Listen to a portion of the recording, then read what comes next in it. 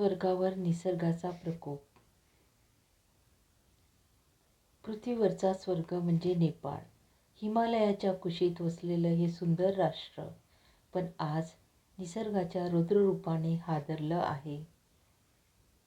पर्वतामधून येणारा पाण्याचा प्रचंड प्रवाह, खडक आणि मातीचा मारा आणि क्षणात बदललं ते सुंदर दृश्य, ते सुंदर स्वर्ग. निसर्ग आपल्याला एक गोष्ट पुन्हा पुन्हा सांगतोय, विकास करा पण निसर्गाचा विनाश करून नाही. नद्या, पर्वत, जंगल आणि हिमनद्या ही केवळ निसर्गाची संपत्ती नाही, तर आपल्या भविष्यासाठीची जीवनरेखा आहे. आज नेपाळच्या दुःखात आपणही सहभागी होऊया. संकटात सापडलेल्या प्रत्येकासाठी मनापासून प्रार्थना करूया.